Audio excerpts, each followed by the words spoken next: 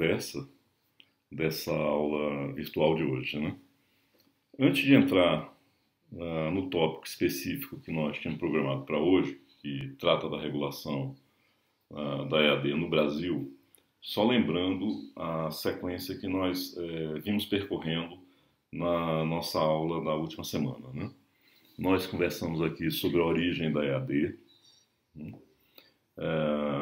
Esclarecendo que a EAD não surge como uma iniciativa do sistema de educação existente à época, e sim como uma exploração de uma oportunidade de mercado trazida pelo fato de que a educação começou a ser valorizada, as instituições que forneciam educação começaram a se desenvolver, mas áreas dos países, das regiões, não tinham, as populações que moravam nessas áreas não reuniam condições de, por conta da distância, da logística, do custo, de se deslocar para ter acesso ao serviço de educação.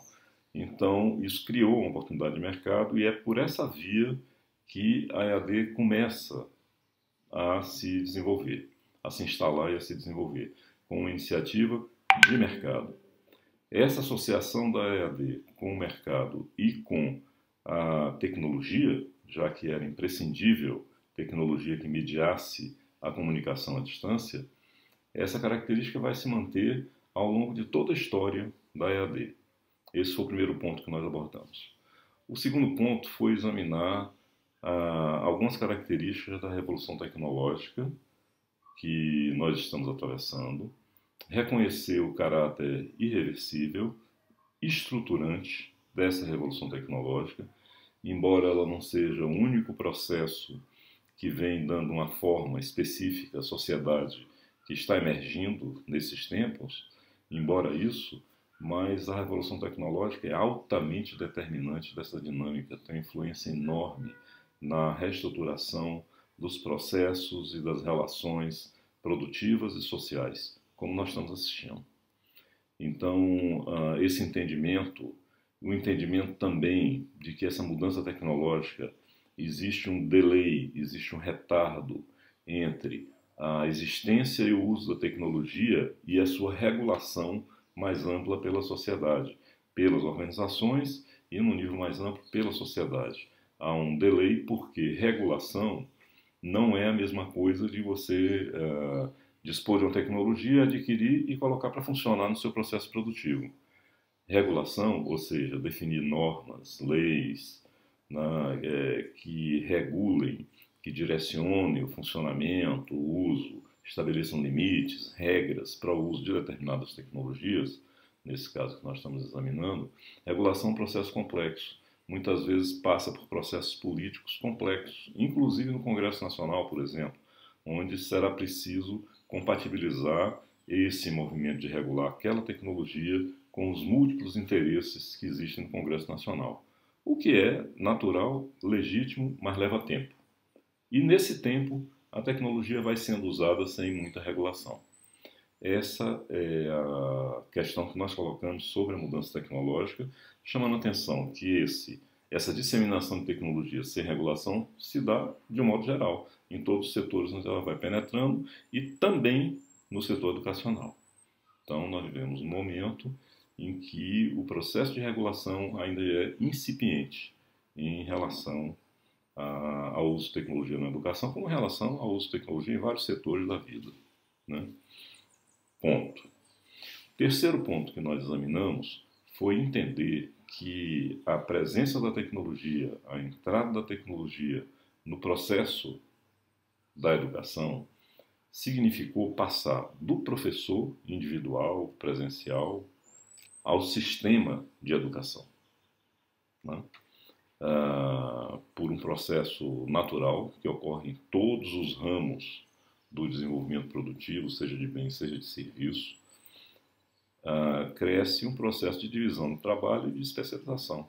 Cada vez mais, o domínio técnico de cada aspecto do processo vai se tornando algo cada vez mais especializado e, em função desse aumento de conhecimento e de especialização, vai havendo um natural processo de divisão do trabalho entre pessoas que se especializam e que precisam funcionar de maneira coordenada. Um processo desse tipo ocorre também na educação. Na EAD, nós não podemos mais falar do professor enquanto tal, no sentido daquele conceito de professor que nós tínhamos, do presencial.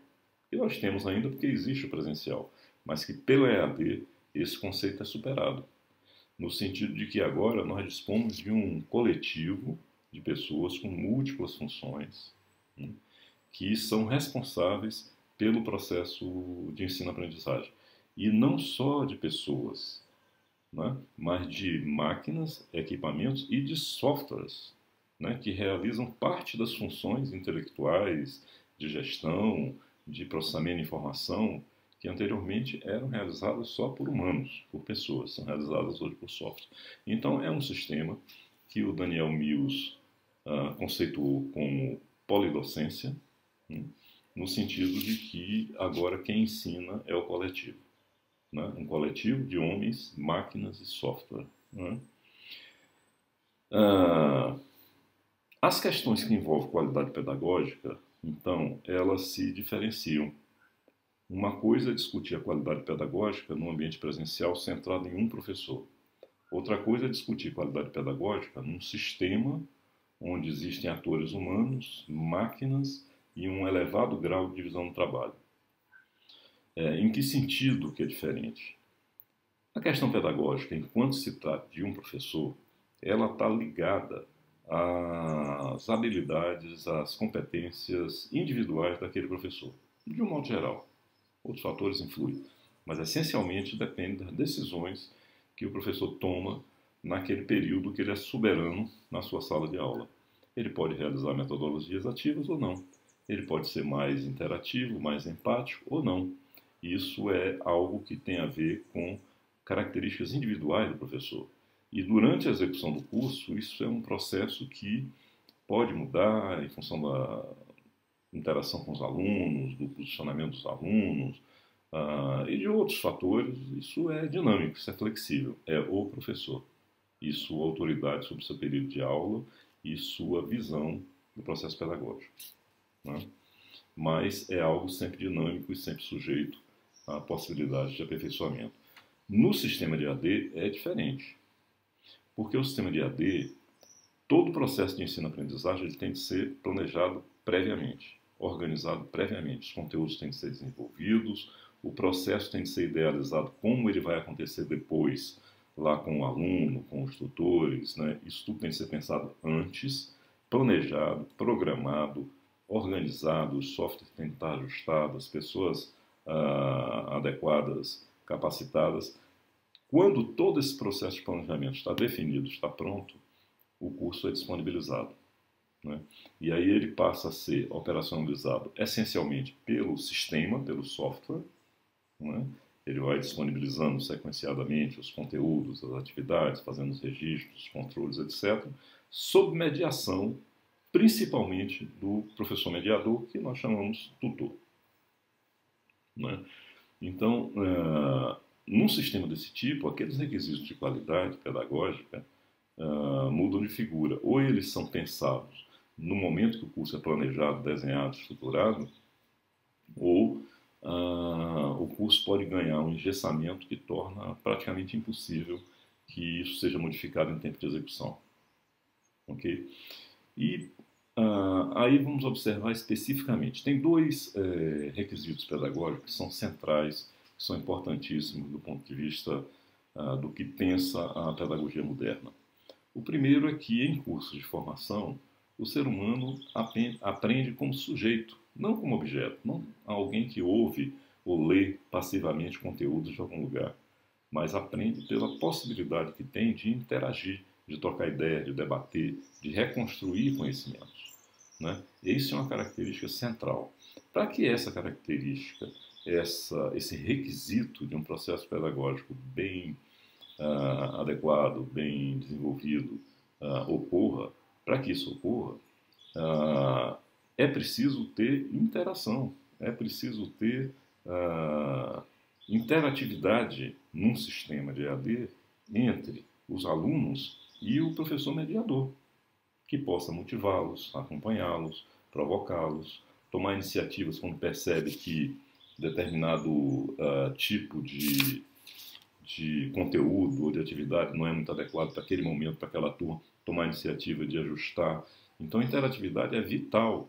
Ou existe professores mediadores em qualidade e quantidade suficiente para dar assistência aos alunos que estão no sistema EAD, ou não se pode falar de interatividade. Antes até de falar da qualidade do professor mediador, há uma condição que é prévia a ter ou não ter qualidade, que é existir a possibilidade ou não da interação. E isso é definido no desenho e no planejamento do curso. Né? Nós temos aí cursos mais engessados, cursos menos engessados, né? A depender de como o sistema seja organizado. A flexibilidade, da mesma maneira. É preciso atender a condição objetiva de haver professores mediadores disponíveis e preparados para que possa fazer esse processo de customização, de adaptação local dos conteúdos e atividades das programações de ensino-aprendizagem que estão estabelecidas. Então, assim, no sistema EAD, avaliar a questão pedagógica implica em verificar, em primeiro lugar, tem muitas coisas que influem, mas, em primeiro lugar, se essas condições objetivas de interatividade e de flexibilidade são atendidas.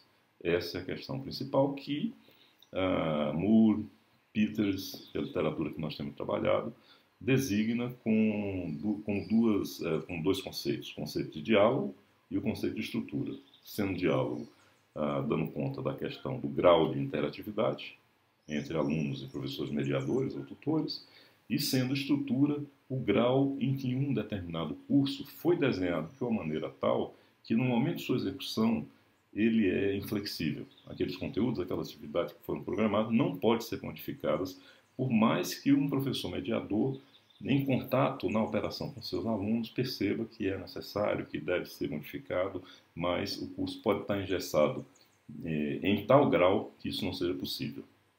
Okay? Então, essas são, vamos dizer assim, foi o terceiro tópico do professor ao sistema de EAD, do qual nós saímos com essa visão de que em sistemas EAD, garantir pedagogia é muito mais do que garantir que um professor tenha determinada habilidade. É garantir que o sistema assegure condições objetivas para que esses elementos pedagógicos, a interatividade e a flexibilidade, possam se desenvolver. Foi isso que nós vimos. Nesse quadro, lembrando aqui, que quadro? Revolução tecnológica, retardo na regulação, transformações que ocorrem do ponto de vista da dinâmica de interatividade e flexibilidade por conta da EAD. Com essa trajetória, o que ocorreu historicamente com os modelos de uso da EAD? A baixa regulação fez com que todo esse processo de introdução de tecnologia na educação, na EAD, seguisse desregulado por muito tempo. Né? E nesse processo de ser desregulada, as instituições educacionais, especialmente na área privada, tendem naturalmente a tratar o serviço de educação, o produto educacional, como um produto assim, de típico processamento industrial. Não é? De alguma maneira, a educação como uma mercadoria, sujeita às mesmas leis da produção, da otimização da produção de qualquer produto industrial, na medida que não há nenhuma regulação específica para orientar e para delimitar como e até onde, de que maneira a tecnologia deve ser usada na educação. Quando não há isso, ela vem para o processo educacional como iria para qualquer processo industrial. E é isso que acontece. É isso que o Peters identifica na história da educação, da EAD na educação, da educação à distância no processo histórico. Identifica uma tendência forte aos modelos de uso da EAD assumirem traços do processo industrial de produção. Alta divisão do trabalho, forte centralização das decisões, né? Divisão rígida entre planejamento e execução, o que se planeja o outro só executa, né? São características típicas do processo industrial da produção, com uma particularíssima e extremamente crítica para os sistemas educacionais: baixa responsabilização da força de trabalho, que significa o quê? Aponta o professor mediador que está em contato com o aluno tem muito pouco poder para interferir no processo, né? Tem muito pouca responsabilidade no processo produtivo do serviço. Então, ah, assim, sem me estender muito, esse foi um pouco o resumo do que nós vimos até aqui. E o tópico de hoje é a regulação no Brasil. Como se dá esse processo de regulação no Brasil, no momento que a EAD se expande assim de uma maneira extremamente ampla, acelerada, no ensino superior no Brasil.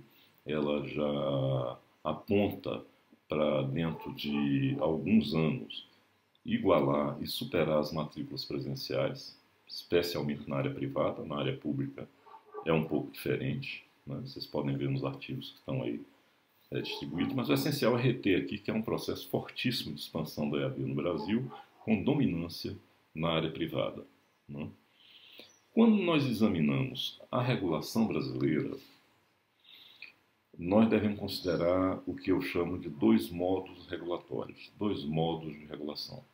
O primeiro modo de regulação é a regulação, vamos dizer assim, natural, normal, né? A regulação que vem das leis, os decretos, as normas, que regulam, definem as diretrizes, os limites, os procedimentos em relação à EAD, autorização de instituições para lecionar EAD, autorização de cursos em EAD, reconhecimento de cursos já autorizados, revalidação de cursos que já vêm funcionando e também recredenciamento de instituições.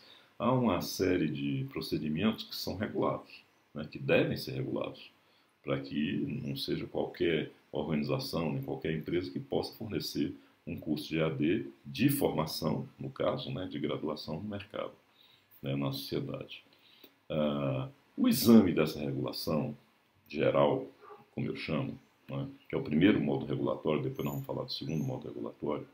O exame dessa regulação revela uma série de limitações do ponto de vista de garantia da qualidade pedagógica. Lembram aquelas condições objetivas que eu me referi, de que um sistema EAD ele precisa garantir determinadas condições objetivas, senão não há que se falar na possibilidade de interatividade nem de flexibilidade, que são dois princípios pedagógicos essenciais. Então, essas condições objetivas, a regulação geral não estabelece patamares mínimos para ela. É verdade, o MEC dispõe de todo o sistema de avaliação para autorização e para reconhecimento de cursos de EAD. Se não me engano, a derradeira versão trabalha com 50 indicadores. Os indicadores são pontuados, sugerem uma nota. Em função dessa nota, a instituição terá ou não seu curso autorizado. Existe tudo isso. Mas se a gente olha dentro do sistema de avaliação desses 50 indicadores, nós vamos perceber que não há nenhum requisito mínimo obrigatório para ninguém. O que há é uma pontuação que pode fazer com que determinados requisitos obrigatórios relativos à questão da qualidade pedagógica não sejam considerados.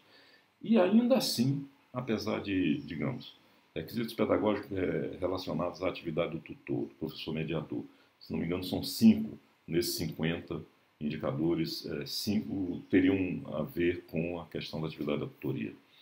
Se uma determinada organização tirar a nota mínima nesses 5, ou seja, se não tiver tutoria, ou não tiver tutoria que faça qualquer sentido, ainda assim o curso poderá ser aprovado, porque as notas dos outros 45 indicadores poderão facilmente compensar esse déficit. Ou seja, não há requisitos com essa característica de ser mínimo obrigatório, que deveria haver para certos requisitos. Então, na regulação geral, isso que nós observamos, ela é permissiva, como nós consideramos, em relação aos requisitos pedagógicos. Em consequência disso, nós temos visto crescer exageradamente o tamanho das turmas na EAD em certas disciplinas no ensino superior, gerando situações em que um professor mediador fica responsável por centenas de alunos, o que, do ponto de vista pedagógico, obviamente, é insatisfatório e é inadequado. Mas esse é o primeiro modo regulatório da regulação geral. Ainda tem um aspecto sobre a regulação geral, é que ao mesmo tempo em que ela se desenvolve sem estabelecer requisitos mínimos, ela vem, a partir do primeiro momento em que houve a primeira regulação, as exigências de credenciamento das universidades, ela vem liberalizando esses requisitos em relação às instituições, facilitando que as instituições sejam credenciadas, tenham seus cursos aprovados, vamos dizer assim, relaxando as exigências obrigatórias para credenciamento, né? Ou seja, dando mais autonomia para as instituições.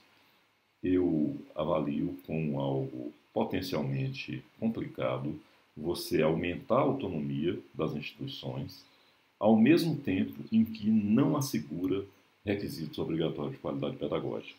Isso pode significar, com mais autonomia, a multiplicação de ações educacionais que não atendam a requisitos pedagógicos básicos.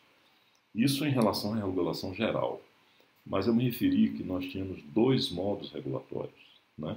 Sendo o segundo modo regulatório o que eu chamo o modo regulatório da UAB. A UAB, ela é um programa do MEC, com a CAPES, que dispõe de recursos e trabalha à base de editais. Então, a OAB lança um edital solicitando que as universidades apresentem propostas para desenvolver os cursos tais, quais e quais. E oferece para aquelas que se credenciem um conjunto, um pacote de bolsas para que todos aqueles atores da pós-docência e mais alguns de interesse da UAB sejam financiados para a preparação e para a execução do curso. É isso a UAB. A ação da OAB, observa, qual era o contexto? Instituições, a OAB atua, vejamos bem, como ela é um programa administrativo do governo federal, ela só incide sobre as instituições federais, hoje, de um modo mais geral, as instituições públicas de ensino superior, né? Ela não afeta a área privada que continua submetida exclusivamente à regulação geral. Ela afeta apenas as instituições públicas, trazendo regras, inclusive, que em alguns casos se contrapõem à regulação geral, mas isso é uma outra questão, né? Quais são os principais impactos dessa operação da UAB, sendo um programa que trabalha por editais e dissemina bolsas para as universidades executarem os cursos? Que coisa boa, principalmente em relação a universidades públicas carentes desde sempre e agora de uma maneira muito acentuada de qualquer recurso financeiro, já há bastante tempo para cá, né? A tendência, naturalmente, é ir para o edital, trazer as bolsas e internalizar os procedimentos comandados pela UAB de como desenvolver a EAD.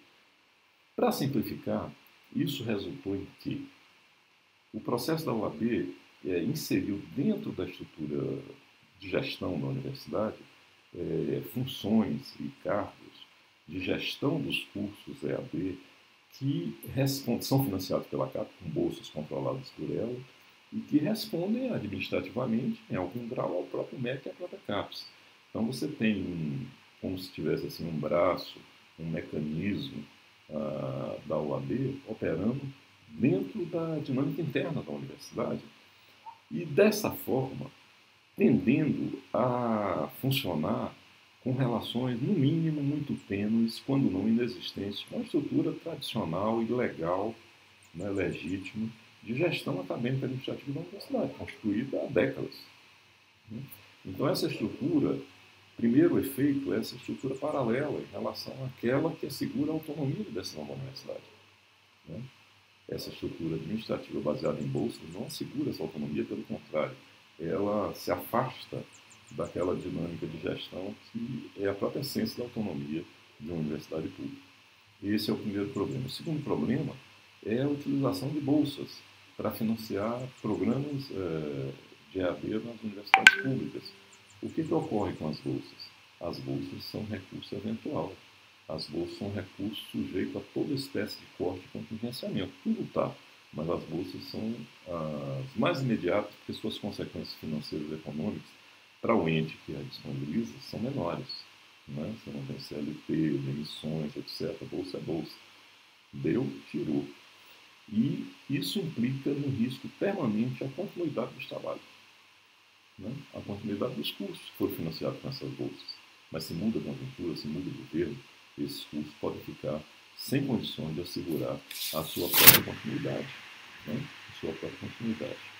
Então, o modo regulatório da OAB, ele, na minha avaliação, ele como que limitou assim, as iniciativas das universidades públicas para absorver EAD dentro do seu processo, de uma maneira orgânica, no seu departamento, nos seus colegiados, estudando, analisando e projetando como poderia fazer para incorporar a tecnologia nos seus processos. Né? A UAB, de maneira paralela, abstrai essa estrutura e as questões todos dos cursos existentes e cria um segmento específico para a EAD, quase separado do restante da estrutura de gestão universitária. Então, o modo regulatório da EAD fere a autonomia institucional das universidades. Além disso, no aspecto específico que nós comentamos da qualidade pedagógica, embora a OAB estabeleça, diferente em oposição à regulação geral, estabeleça que um tutor, um professor mediador, deve ter no máximo 18 alunos sob sua responsabilidade, isso é totalmente diferente daquelas centenas de alunos que podem ficar pendurados no tutor, segundo a regulação geral. A OAB faz isso, ótimo, bacana. Só que quando nós vamos ver, a bolsa do professor mediador, do tutor, no esquema de bolsas da UAB, que atende aquelas várias funções da pós-docência, é a menor de todas. Ela é 60% da bolsa de outras funções docentes. O tutor não é reconhecido no sistema OAB como uma função docente, como não é na regulação geral. E esse é um grande problema que está assim, por trás e afeta transversalmente tudo que a gente está discutindo. Não é? A dificuldade para que tanto as instituições privadas quanto as públicas, por motivos que têm semelhanças e têm diferenças, subvalorizam a atividade do tutor, permitindo pagar menos a esse profissional. Só que ele é o profissional no sistema da polidocência diretamente responsável pela mediação, pelo contato com os alunos. Então, é o elemento central para se conseguir desenvolver aqueles atributos de interatividade e de flexibilidade que nós vimos considerando, junto com toda a literatura da pedagogia moderna, como elementos centrais para dar qualidade ao ensino. Então, essa era a abordagem geral que eu gravei previamente para que a gente possa ter, a partir dela, uma discussão explorando aí os pontos que vocês considerem que são os pontos mais interessantes. Ok? Então, até mais.